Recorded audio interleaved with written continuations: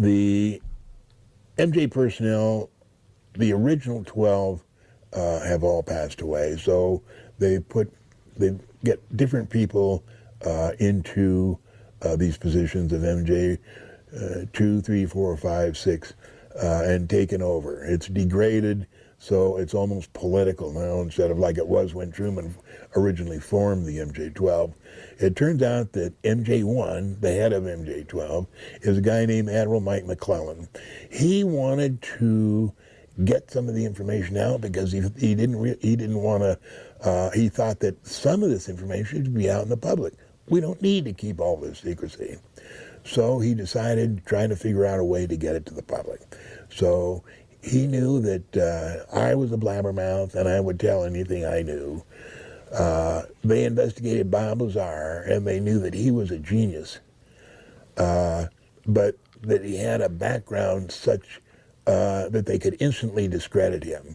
They removed all his records from MIT, from Caltech, so he couldn't prove anything. He'd go back to Caltech, no, I don't see any records here. And, well, I was here. Well, no, you weren't. And he also, up in Reno at one time, he ran a cat house there. I forget what the name of the honeysuckle ranch it was.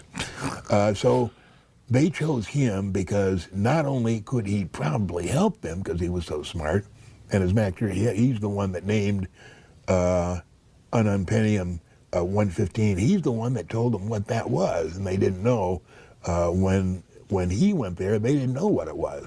He was the one that told them that's element 115, and then told them why and how he'd figured it out. But they decided to pick on Bob to go up there to work at S4. Because they knew that Bob would tell me instantly, and that I would blab the whole thing. And that was their modus operandi, was to get the information out and gauge what it did to the public, how they accepted it, and then pull back and say, oh, no, it was all a mistake.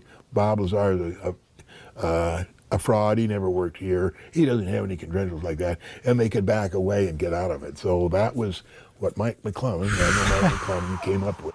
Isn't that crazy? Weird. Weird. And to me, Kind of makes sense a little bit, though.